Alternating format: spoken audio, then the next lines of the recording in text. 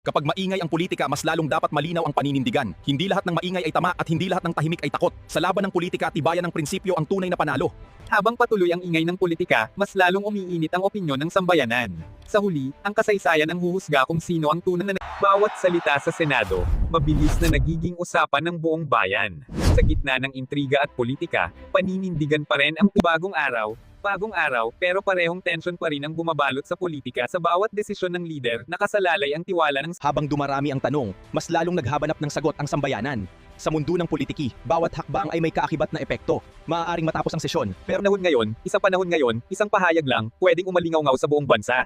Sa lisod ng matitinding salita, may bigat ding dala ang bawat spotan. Habang umiinit ang usapan sa Senado, mas lalong nakatutok ang buong bansa. Bawat Pilipino may sarili niyon. Pagkatapos ng ingay ng gabi, umakan ang katotohanan ang humaharap sa lahat, sa loob ng bawat desisyon may bigat na kailat. Ang bawat salita ay may bigat, dahil bawat impormasyon ay epekto. Sa gitna ng lahat ng ingay at katahimikan, kapag maingay ang politika, mas lalong dapat malinaw ang paninindigan. Hindi lahat ng maingay ay tama at hindi lahat ng tahimik ay takot. Sa laban ng politika, tibayan ng prinsipyo ang tunay na panalo. Habang patuloy ang ingay ng politika, mas lalong umiinit ang opinyon ng sambayanan. Sa huli, ang kasaysayan ang huhusga kung sino ang tunay na bawat salita sa Senado, mabilis na nagiging usapan ng buong bayan.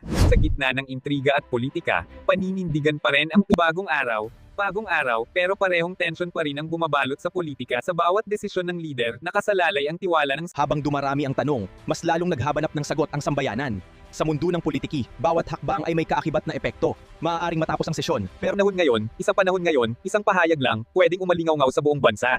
Sa lisod ng matitinding salita, may bigat ding dala ang bawat spotan. Habang umiinit ang usapan sa Senado, mas lalong nakatutok ang buong bansa. Bawat Pilipino may sarili niyon. Pagkatapos ng ingay ng gabi, umakan ang katotohanan ang humaharap sa lahat, sa loob ng bawat desisyon may bigat na kailat. Ang bawat salita ay may bigat, dahil bawat impormasyon ay epekto. Sa gitna ng lahat ng ingay at katahimikan,